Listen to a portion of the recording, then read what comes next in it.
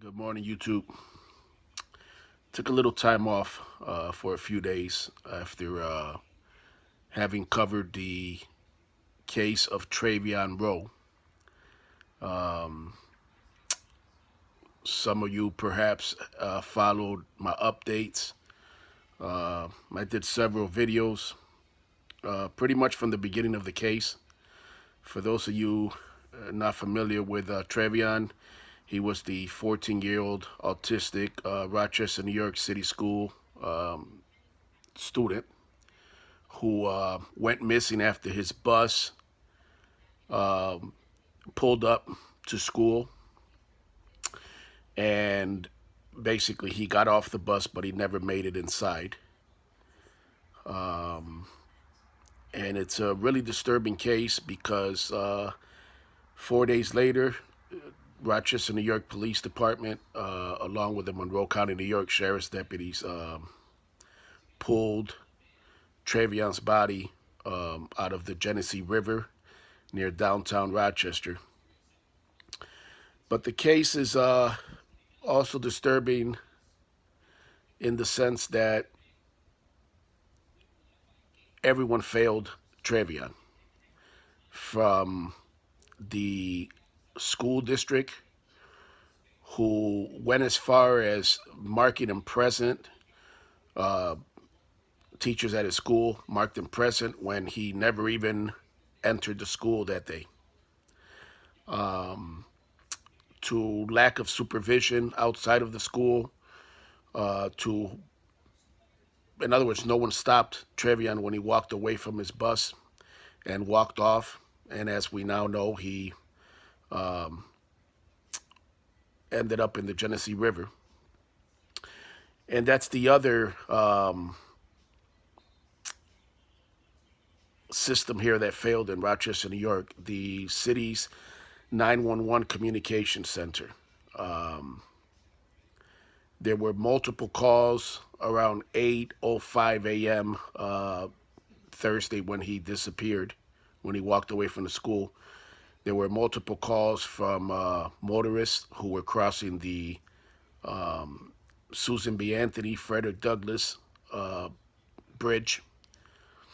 Actually, they call it the Frederick Douglass Susan B. Anthony Bridge, or Freddie Sue for short.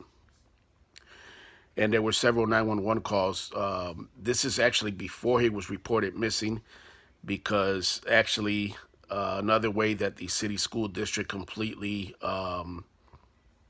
acted in a just disturbingly irresponsible way was that Trevyan's family wasn't even notified of him not being in school, right? Until hours later, I believe almost 8 hours later. But well after the fact, when when it turns out that he actually ended up in the river.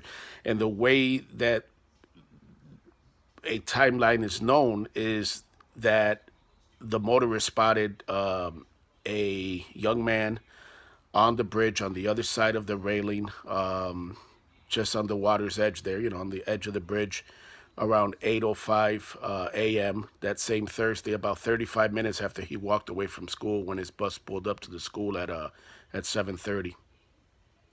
And so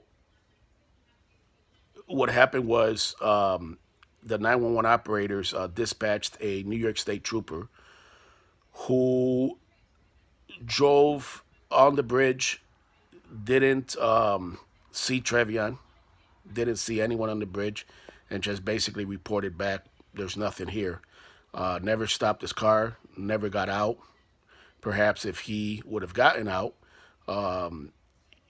he, in all likelihood, may have seen Trevyan struggling to stay afloat in the water below, and perhaps he could have been saved.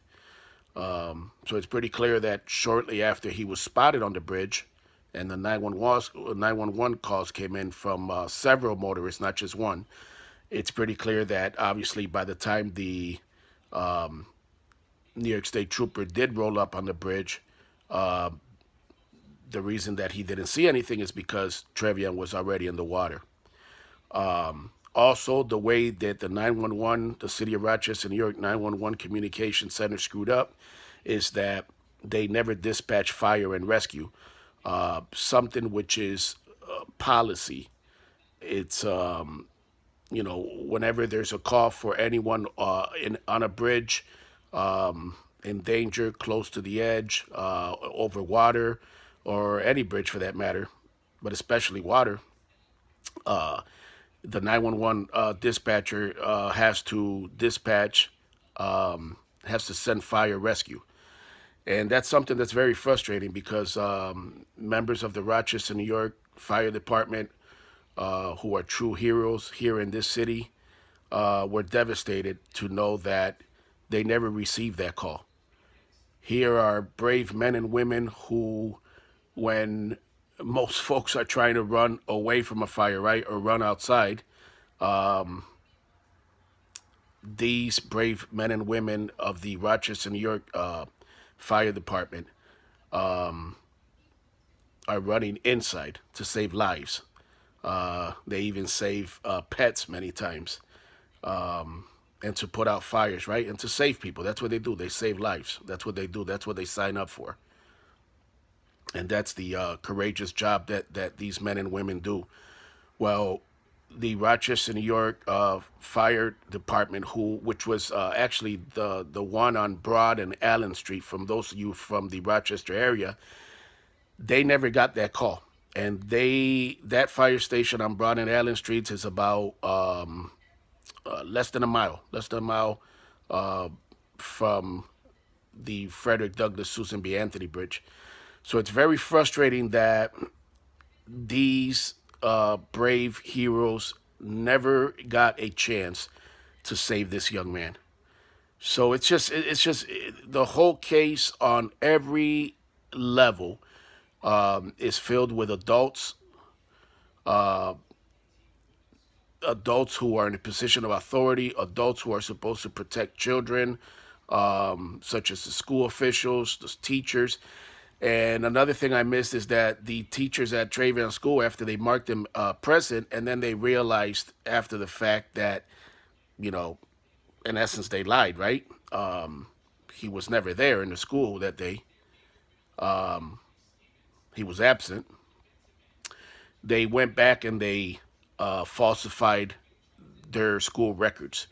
In other words, they tried to change the notes and the marks that they made, stating that Trevyan was present, when obviously in reality they knew he wasn't. So they tried to backtrack that by basically falsifying school records. So on every level, just disgusting, which is why a lot of you, a lot of folks saw me very upset, right? Showing up to a Rochester City School District press conference and basically calling out the RCSD superintendent, Barbara Dean Williams, who should resign. And that's what I told her. You need to resign. You have blood on your hands.